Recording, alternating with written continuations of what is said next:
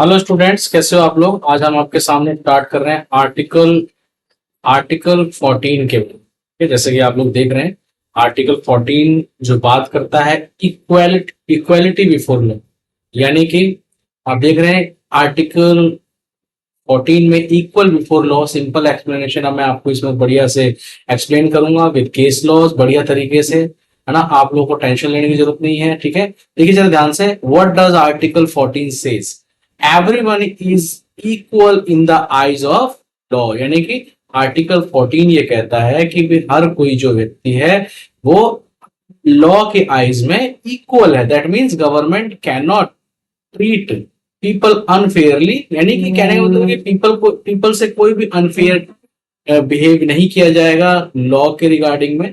यानी कि same law applies to all, rich हो या पुअर हो या मैन हो या वुमेन हो, सिटीजन हो यानी कि नॉन सिटीजन, यानी फॉरेनर भी अगर कोई है और हमारे भारत में है तो भाई उसके लिए हम इक्वल लॉ फॉलो कराएंगे। ठीक है, समझ आई बात। तो कहने का मतलब यह है कि आर्टिकल 14 जो है वो भाई इंडियन पे भी लागू होता है और नॉन इंडियन पे भी लागू होता है। ठीक है, अब आगे देखते हैं जरा। Two main ideas, equality before law. Equality before law का मतलब यही हुआ कि no one is above the law, यानी कि nobody is above the law, यानी कि कोई भी व्यक्ति जो है लॉ से ऊपर नहीं होगा, लॉ से ऊपर नहीं होगा।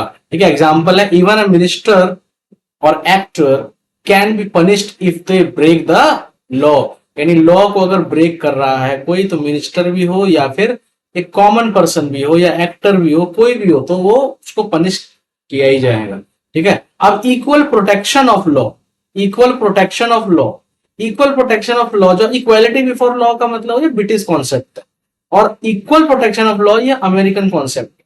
ठीक है, तो इक्वल प्रोटेक्शन ऑफ लॉज जो है, people in similar situation must be treated the same. कहने का मतलब है कि पीपल जो है सिमिलर सिचुएशन वाले पीपल जो है उसके मतलब उनको इक्वल प्रोटेक्शन दिया जाना चाहिए। अब सिमिलर सिचुएशन क्यों कहा गया है, क्योंकि देखो कुछ सोसाइटी में कुछ लोगों का सिचुएशन अलग होता है, कुछ लोगों का सिचुएशन अलग होता है ना। जैसे कि upper caste, lower caste, religion wise भी है थोड़ा, है ना। तो इसीलिए हमारे संविधान में इक्वल प्रोटेक्शन है कि भाई उसको भी बराबर लेके आना है, तो उसको थोड़ी सी रीजनेबल कुछ बेनिफिट्स दिए जाते हैं, है ना। बट यहाँ पे मतलब यही है कि people in similar situation must be treated the same, but if someone is in different situation they can be treated differently. कहने का मतलब यह है कि मेल और फीमेल की बात कर लो अगर, तो मैन, भारत जो है वो मैन डोमिनेंट था, है ना, मैन डोमिनेंट है। मैं था इसलिए कह रहा हूँ कि अभी कुछ सिचुएशन ऐसी चल रही है, बट मेन डोमिनेंट है, तो यहाँ पे फीमेल को थोड़ा प्रोटेक्शन ज्यादा दी जाती है, उनकी सिचुएशन अलग। ठीक है, अब बट इन सब ये बता दें आपको, example of pregnant women can get special protection. कहने का मतलब ये है कि भाई प्रेग्नेंट वुमेन को स्पेशल प्रोटेक्शन प्रोवाइड की जाती है। कहने का मतलब ये है कि जब घर में 4 लोग हैं और एक लोग जो है थोड़ा सा, मान लो एक पर्सन जो है थोड़ा सा डिफरेंटली एबल्ड है ना, मतलब कोई प्रॉब्लम है उसको, तो उसको स्पेशल पेरेंट्स देते हैं ना ट्रीटमेंट। इसी तरह से गवर्नमेंट भी करती है। अब हमारा कॉन्स्टिट्यूशन भी इसी तरह से कहता है कि भाई अगर कोई स्पेशल है ना, स्पेशल का मतलब है कि उसको कोई प्रॉब्लम है, तो उसको बराबरी का दर्जा लाने के लिए हम थोड़ा सा उसको प्रोटेक्शन प्रोवाइड कर देते हैं, है ना। तो ये एक पूरा सिचुएशन ऐसे ऐसे कहा गया। तो इक्वालिटी बिफोर लॉ और इक्वल प्रोटेक्शन ऑफ लॉ ये कहा गया आर्टिकल 14 में। अब अगर आगे आइए, रीजनेबल क्लासिफिकेशन इज अलाउड। भाई कुछ क्लासिफिकेशंस कर दी गई है ताकि भाई प्रोटेक्शन मिल सके, हर किसी को बराबरी में आने का अधिकार मिल सके। Law can treat groups differently if there is a real difference between the groups, यानी थोड़ा थोड़ा डिफरेंटली ट्रीट कर सकती है अगर दोनों में थोड़ा सा डिफरेंस है ना, रियल डिफरेंस अगर आ रहा है। That difference is connected to the purpose of the law, law के पर्पज से रिगार्डिंग, लॉ के पर्पज, यानी लॉ में जो पर्पज है इक्वालिटी लाना, वो लाने के लिए ये जरूरी है क्लासिफिकेशन। ठीक है, ये थोड़ा सा रीजनेबल क्लासिफिकेशन कर सकते हो हम।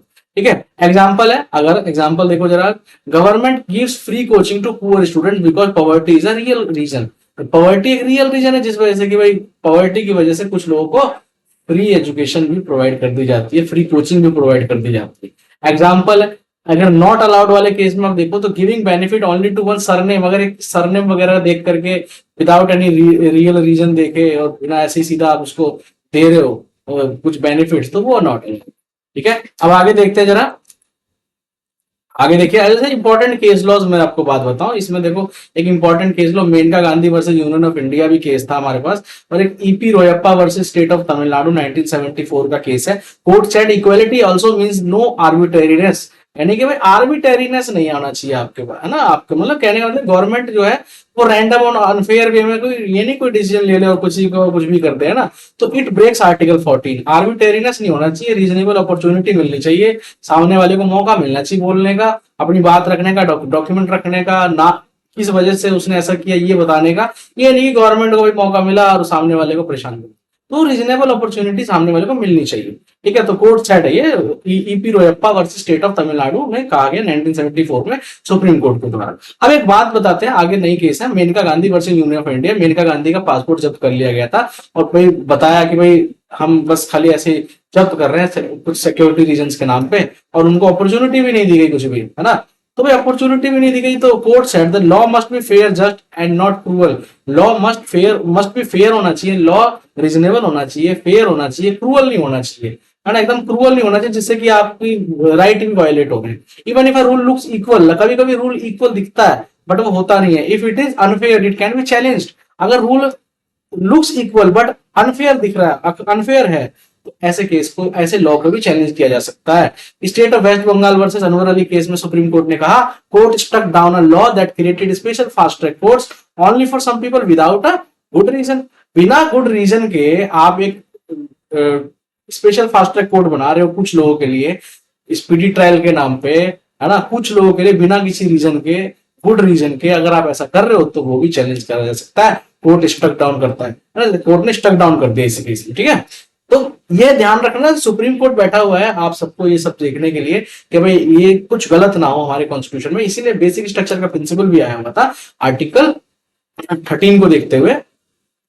देख रहे हो बेसिक स्ट्रक्चर का प्रिंसिपल को कब आया था 1973 में केशवनंद भारती केस, ठीक है। 13 जजेस की बेंचेस बैठी थी जिसने बेसिक स्ट्रक्चर का प्रिंसिपल दिया, जैसे कोर्ट में जब कोई लॉ पास होता है कॉन्स्टिट्यूशनली वैलिड है या नहीं वैलिड है, तो ये कौन चेक करता है, सुप्रीम कोर्ट चेक करता है यूजिंग बेसिक स्ट्रक्चर डॉक्ट्रिन, ठीक है। तो कुल मिलाकर के मैंने आर्टिकल 14 से राइट टू इक्वलिटी के बारे में आपको समझाने की कोशिश करी। ये आर्टिकल की सीरीज ऐसी मैं एकदम बढ़िया तरीके से एक्सप्लेन करता रहूंगा सो दैट कि आप लोगों को बढ़िया से इंफॉर्मेशन मिले हर एक आर्टिकल के बारे में, हर एक आर्टिकल के बारे में, संविधान के सारे अनुच्छेद के बारे में। तो ये सीरीज है, इसको फॉलो कर लीजिए, चैनल को सब्सक्राइब कर लीजिए। आपको पता है कि एक से लेके एकदम लास्ट तक 395 आर्टिकल तक, हालांकि अमेंडमेंट हो के बढ़ चुके हैं, ठीक है, बट ओरिजिनली जो नंबरिंग है वो 1 से 395 तक ही है। उसके बीच में 2A 3A इस तरह से करके ऐड कर दिया गया, वो अलग बात है, ठीक है। बट 1 से लेकर 395 आर्टिकल तक मैं आपको पूरा ही पूरा समझाऊंगा अच्छे तरीके से। तो अभी ये फिलहाल पहली वीडियो थी आर्टिकल 14 के ऊपर, है ना। तो आई होप ये आपको समझ में आया होगा। अगर अच्छा लगा तो प्लीज वीडियो को लाइक और चैनल को सब्सक्राइब जरूर कर लीजिएगा। और इसी तरह की इंफॉर्मेटिव वीडियो के लिए अगर आपके मन में भी कोई डाउट है तो कमेंट कर सकते हो, ठीक है। थैंक यू सो मच, मैं उसे एक्सप्लेन करने की कोशिश करूंगी। Thank you so much.